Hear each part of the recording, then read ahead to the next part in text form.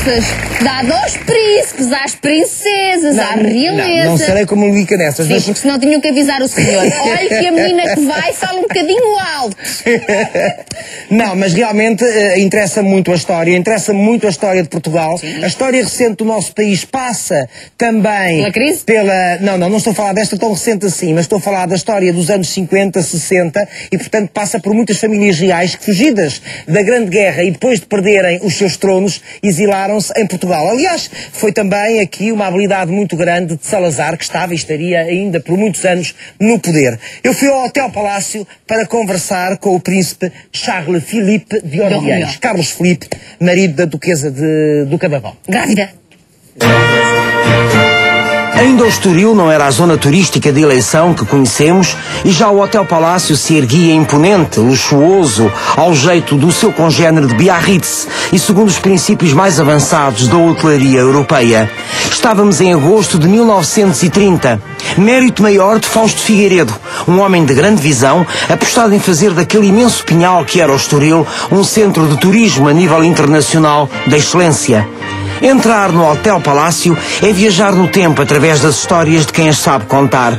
E ali encontramos o mais oportuno dos cicerones. Príncipe Charles Philippe, se estas paredes falassem, as do Hotel Palácio do Estoril, muitas histórias tinham para nos contar, não é? Sí, yo acho que si estas paredes falasen podríamos escribir enciclopedias enteras. Aquí pasaron muitas historias, muitas aventuras, muitos eventos, muito glamour, muita elegância.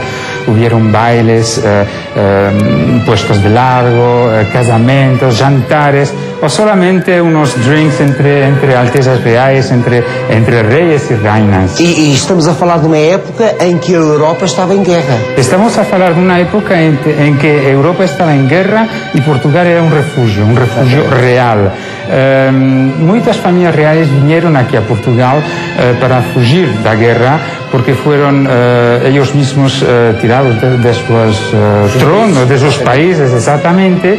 Eram reis sem coroa? Eram reis sem coroa, exatamente. E refugiaram-se aqui em Portugal.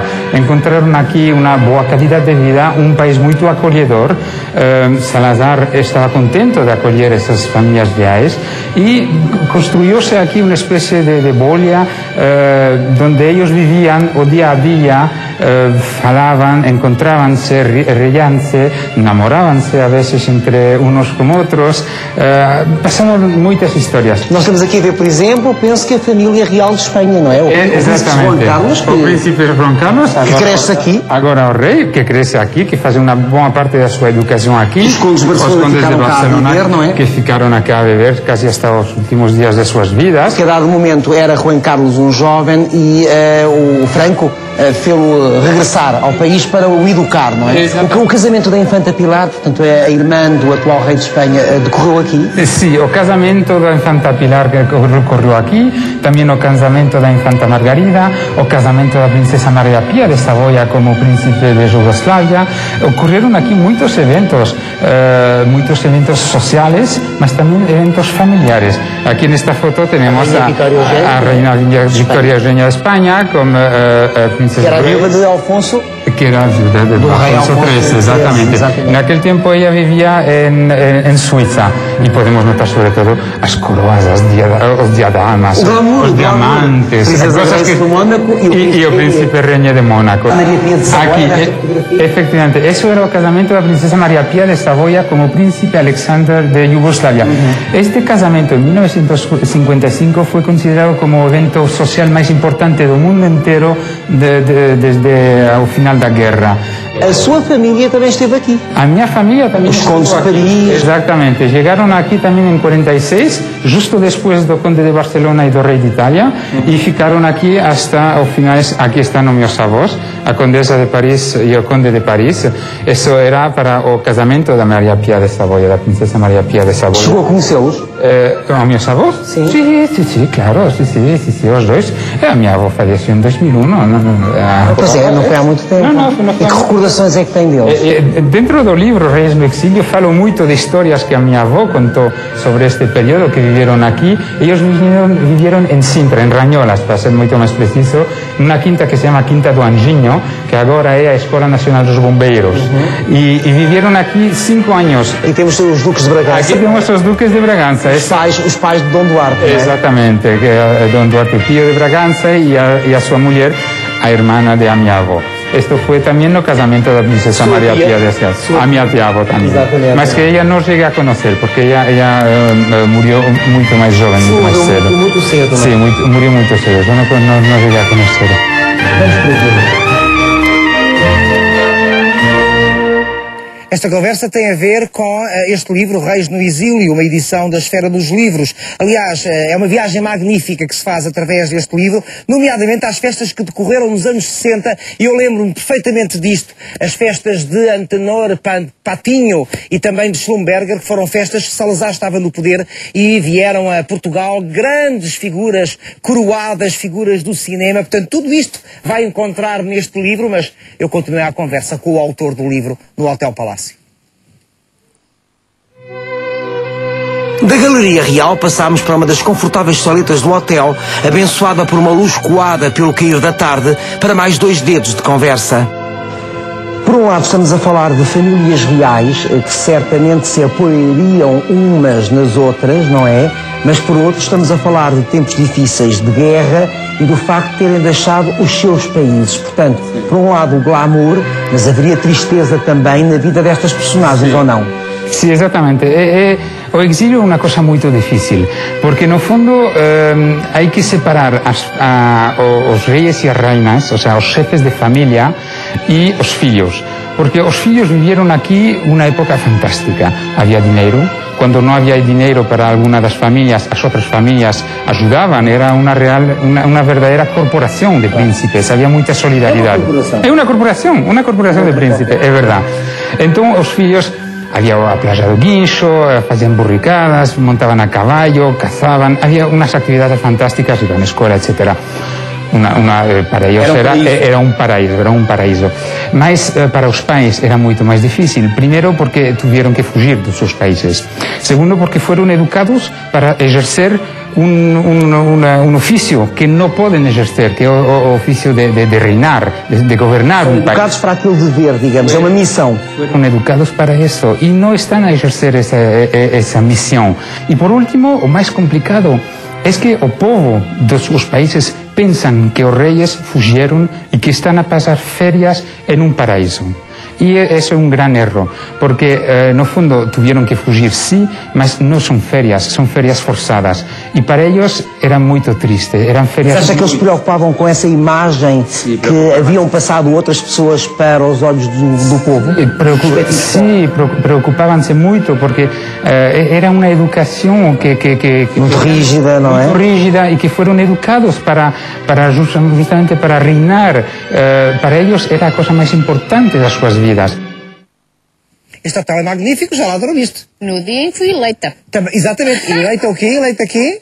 O mesmo que tu. Quer dizer, mas em géneros diferentes. Sim, é a melhor apresentadora. Hilda Cardoso diz que tu és Dona Cristina, a rainha, isto é a propósito da Malveira. Da Malveira. A Malveira é o seu reino e já anexou a Ericeira também. Porque também já reina na Ericeira. É mau, queres ver? Tem que ter cuidado que ainda chega à Fontanela. Olha, tenho mar para fugir, que nem a rainha. Eu sou o Duque de Fontanelas. E tu disseste primeiro? Montanelas. Bem, continuemos com a conversa com o príncipe Charles Philippe, agora nos magníficos jardins do Hotel Palácio, ali no Estoril. Anos 50, anos 40, anos 50, anos 60, certamente que as coisas estariam ligeiramente diferentes, sobretudo em termos de enquadramento, mas aqui também nestes jardins devem ter decorrido grandes festas, nomeadamente os casamentos. Correram muitas festas e tampouco muda muita coisa. A fachada é a mesma, a sala das festas é a mesma. Era ali, não é? Aquele salão. Era aquele salão grande, aquí ocurrieron las grandes fiestas, los cócteles aquí, no sol, etcétera, y siempre, claro, a Sol do Estoril, magnífico, não é? da costa de Estoril, é um paraíso, um paraíso. É a nossa Côte d'Azur. É a nossa Côte d'Azur, é verdade. Mas eu gosto de dizer, sabe que eu gosto de dizer que no fundo Estoril, Cascais e Sintra, naquele tempo era o que hoje é Mónaco, Saint-Tropez e a Sardenha juntos. Porque todo esse luxo, esse glamour e todo esse dinheiro que havia, não havia em nenhum outro sítio do mundo. Agora também é fascinante perceber que aqui circulavam espiões. E aqui circulavam todo tipo de espiões. Durante a Segunda Guerra Mundial, claro. Claro, durante a Segunda Guerra Mundial, mas também durante a Guerra Fria, a tempo pós-guerra, ainda havia muitos espiões. Há que saber que na Europa, em guerra, havia dois sítios de espiões, era Estoril e Crans-Montana, em Suíça. Então, a nós nos interessa Estoril. Estoril era, havia diferentes hotéis. O Hotel Palácio era o hotel dos espiões dos aliados. Havia o Hotel Park, Hotel Atlântico, que eram os hotéis dos espiões do Eixo, não? E frequentavam-se, etc. Havia muitas histórias engraçadas. E eu acho que a mais engraçada que vou contar é a história de um espião chamado Jan Fleming, que tem como missão de conhecer a outro espião, um espião checo que se llama Duško Popov. Duško Popov é o tipo de espião que todas as mulheres gostam, elegante, muito dinheiro, muito show, sempre smoking, super elegante, e vai jogar muito a cozinha, etc, etc. E Jan Fleming entra em contato com este espião e resulta que é Duško Popov que vai a ser o personagem de James Bond. Jan Fleming, para criar James Bond, vai basear toda a história sobre o espião Popov, conhecido como triciclo para os uns, como Scouts para outros, era um duplo agente. E é fascinante saber que James Bond foi criado aqui, neste bar, neste mesmo bar. Estamos a falar de um hotel que esconde tantas histórias. Vamos voltar para dentro. Vamos. Então, obrigado. Foi bom viajar no tempo através das histórias destas famílias reais? Foi um grande desafio? Foi ótimo. Foi um grande desafio, sim, porque havia muita pesquisa. Eu tinha ouído falar de muitas histórias por minha avó e por outras pessoas, outros membros de famílias reais que viveram nesta época. Mas depois tive que fazer muita pesquisa na Hemeroteca de Lisboa, na prensa desses tempos, de 1940, etc. Prensa, jornais, prensa portuguesa, prensa francesa também. Leí muitos livros também, porque o que é engraçado deste livro é que é a primeira vez que se falam de todas essas famílias reais juntas no mesmo livro. Fala-se muito da família real espanhola aqui, da família real francesa aqui, mas nunca havia um livro onde havia o conjunto de todas as famílias reais. Então, foi muito engraçado, muito interessante. Eu acho que poderia fazer muitos anos mais de pesquisa. E certamente vai poder fazer muitos mais livros. Ganhou o gosto por escrever e editar livros? Sim, é um verdadeiro prazer. Um prazer, escrever, sempre gostei de escrever, então acho que editar, publicar um livro é uma recompensa. E ver o livro concretamente aí, em um papel, ser comprado por gente, isso já é o máximo. Estamos a falar de possíveis leitores que, através deste livro, vão viver pela história destas famílias reais, mas também pela história de Lisboa, do Estoril, da Europa, nestes anos em que os reis viveram sem coroa. Muito obrigado. Obrigado.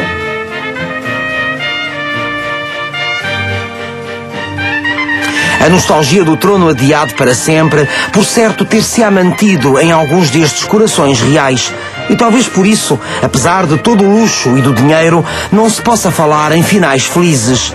Já outras histórias se podem contar das gerações que se lhes seguiram. Veja-se o caso de Charles Philippe de Orleans e de sua mulher Diana, duquesa do Cadaval. Um amor luminoso e prestes a receber a maior das bênçãos, a chegada de um filho ou de uma filha. Porque o segredo é dos dois. Está escondido numa casa, a deles.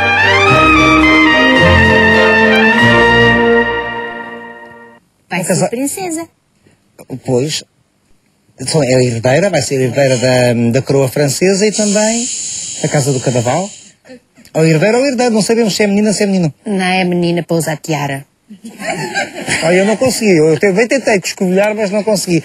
É um livro que eu aconselho, volto a dizer, é um livro muito agradável de ser lido, tem a ver com Portugal, tem a ver com os anos 40, 50, 60 em Portugal, portanto, uma edição da Esfera dos Livros. Gostariam de ler? Sim! Há livros para todas! Muito obrigado à Esfera dos Livros. É a nossa sugestão de leitura do Você na TV hoje. Hoje não é uma minha ir para casa, é realmente aqui para todas as senhoras do público, que a Albertina e a Alice fazem anos e por isso nós tínhamos de ter aqui uma prendinha para as duas, tal como a Alice nos trouxe para nós. É verdade, Joana, vai buscar lá o saco com o pão, que eu quero ver, porque a Alice disse-me assim. Depois digam alguma coisa acerca do pão. Portanto, este é o meu saco, não é? Olha, ela fica a vermelha que nem um pinheiro. Primeiro és tu que